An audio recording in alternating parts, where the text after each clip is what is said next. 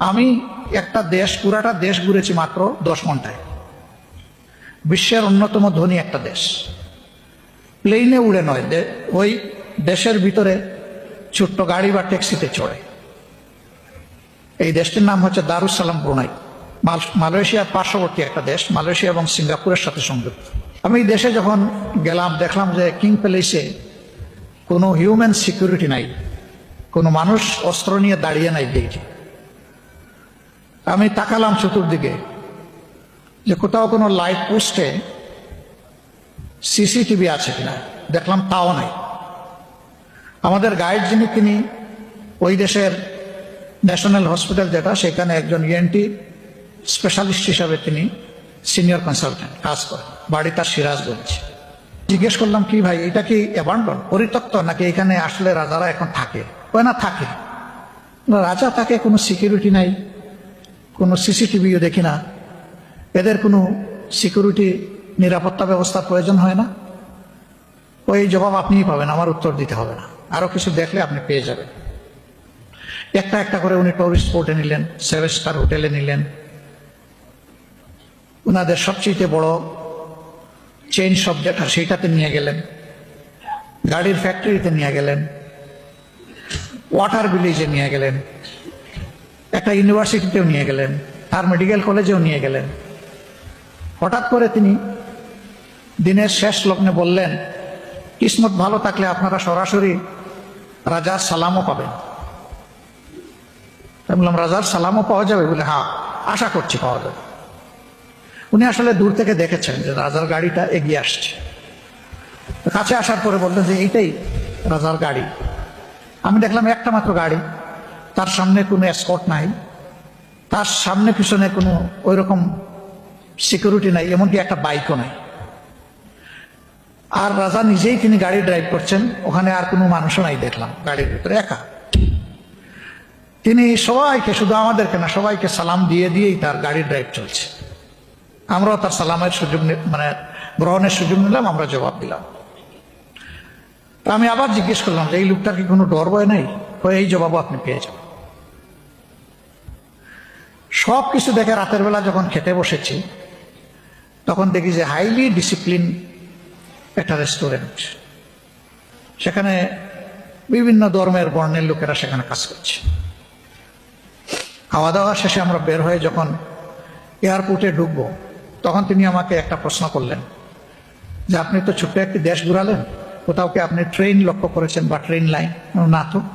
কোনো বাস না, কোনো ট্রাম না, কোনো পাবলিক সার্ভিস ট্রান্সপোর্ট না। বললো, আপনার মনেই প্রশ্ন আসে নাই যে এই দেশের মানুষগুলো চলে কেমনে? আপনি কি ফুটপাতে বিরাট সংখ্যক মানুষের জ্যাম দেখেছেন? না। আমি জিজ্ঞেস করলাম যে এই দেশের পপুলেশন কত? বললো, তা খুব কিছু, তাদের নিজস্ব ম্যান পাওয়ার হচ্ছে 2.5 লাখ, আর এখানে সার্ভিং ফরেনার্স হচ্ছে আরো 3.5 লাখ।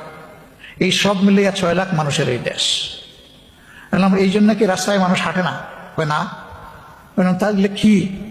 বলে যে এখানে every grown up individual has its own car or taxi, no matter he is a foreigner, no matter he is a labour, no matter he is a doctor. তিনি যে কোনো শ্রেণী পেশার হন, অসুবিধা নাই, তার নিজস্ব একটা গাড়ি আছে। আমি জিজ্ঞেস করলাম যে আমাদের দেশের কতজন মানুষ এখানে আছে? সেই সময় তিনি বললেন যে এটা সরকারি হিসাব অনুযায়ী 38,000, তবে একটু বেশি হওয়ার সম্ভাবনা। আমি বললাম, তাদেরকে কার আছে? বলে, হ্যাঁ, এভরিওয়ান মেনটেন্স এ কার। কারে তাদের খরচ যায় না? যায়। এই দেশে যেহেতু পেট্রোল এবং গ্যাসের দেশ, আরো অনেকগুলা মূল্যবান মিনারেলস রিসোর্সের দেশ, এই জন্য পেট্রোলের দাম এখানে খুবই কম। আমাদের দেশের পানির চাইতে এটার দাম এখানে কম, মেনটেন্যান্সে খুব বেশি যায় না। আর প্রত্যেকে কেউ রিকন্ডিশন গাড়ি কিনে না, সবাই ব্র্যান্ড গাড়ি কিনে। বললাম, এত টাকায় দেখবে না? টাকা এত লাগে না, কারণ এই দেশে গাড়ি কিনে মানুষ, তাকে গাড়ির সাথে কোনো ট্যাক্স দিতে হয়, ট্যাক্স ফ্রি গাড়ি। আমাদের তো ট্যাক্স ফ্রি গাড়ি একটা বিশেষ ক্লাস এই সুবিধাটা এনজয় করে, ওখানে সবাই। আমি বললাম, সব কিছু মানলাম যে এটা একটা ওয়েলফেয়ার কান্ট্রি, নো ডাউট, কিন্তু সব দেশে তো কিছু শত্রু থাকতে পারে। ওনার কি কোনো শত্রু নেই? কয় নাই। কারণ এটার উত্তরটা একটু আপনাকে দিতে হবে। কয় যে দেখেন, এখানে রাজা তার পেটের ভিতরে সবকিছু ঢুকায় না, তার প্রজাদের বা এই দেশে যারা বসবাস করে তাদের পেটের ভিতরে বেশি বেশি করে কিভাবে ঢুকানো যাবে, এটি হচ্ছে রাজার ধান্দা। তাইলে তার শত্রু থাকবে কেন? আমি জিজ্ঞেস করলাম যে তার এডুকেশনাল ব্যাকগ্রাউন্ডটা কি। বললেন যে তিনি একজন কোরআনের হাফেজ এবং তিনি কোরআনিক সায়েন্সের একজন গ্রাজুয়েট। আমি জিজ্ঞেস করলাম যে এই শাসন কি তার আগেও ছিল? না, ছিল না, তখন তো কলোনিয়াল স্টেট। এখানে ফ্রান্স, আমেরিকা এবং ব্রিটিশ পর্যায়ক্রমে এরা বিভিন্ন সময় বিভিন্ন শক্তি শাসন করেছে, আর এই দেশের সবকিছু শোষণ করে নিয়েও গেছে। এদের হাতে আসার পরে তারা এই কাজটা করছে। আমি জিজ্ঞেস করলাম যে এখানে সব ধর্মের লোক আছে? হ্যাঁ আছে। তাদের ধর্মীয় অধিকার ফুললি এনজয় করে এবং তাদেরকে তাদের ধর্মীয় আচার অনুষ্ঠান করার জন্য ফেসিলিটেট করা হয় রাজার পক্ষ থেকে। How wonderful country. এবার আমি জিজ্ঞেস করলাম, টুরিস্ট স্পটে গেলাম, কোনো মানুষ দেখলাম না কেন?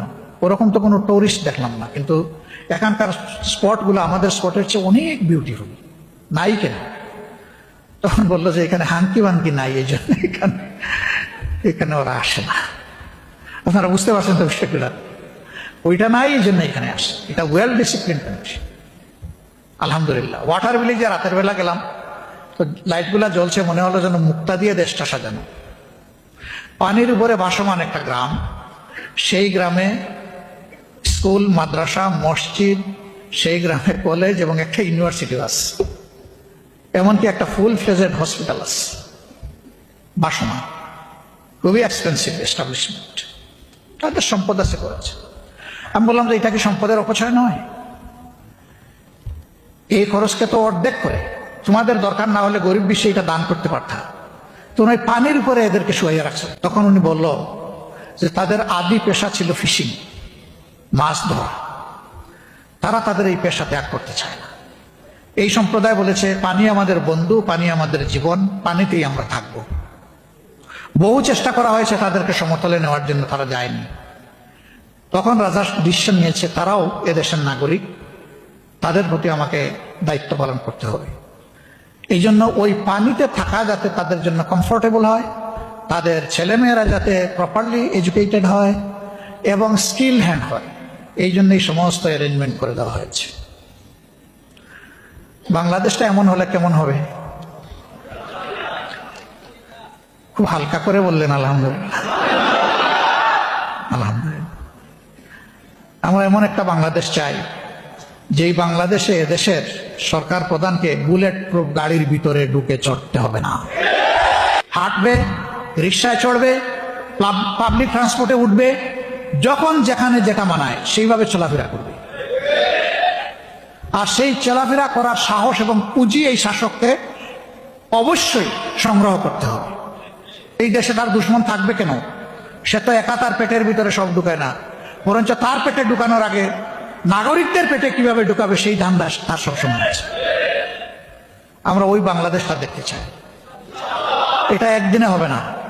আবার দেখেন, আজকে আমি বক্তব্য দিয়ে যাচ্ছি, যদি 12, 13, 14 এরকম কোনো এক সময় ফেব্রুয়ারি মাসের আগামী বছর ইলেকশন হয়, আপনাদের সবার দোয়া মনে করেন আমরা সরকার গঠনের সুযোগ পেলাম, আল্লাহ ভালো জানেন, আল্লাহ ভালো জানেন।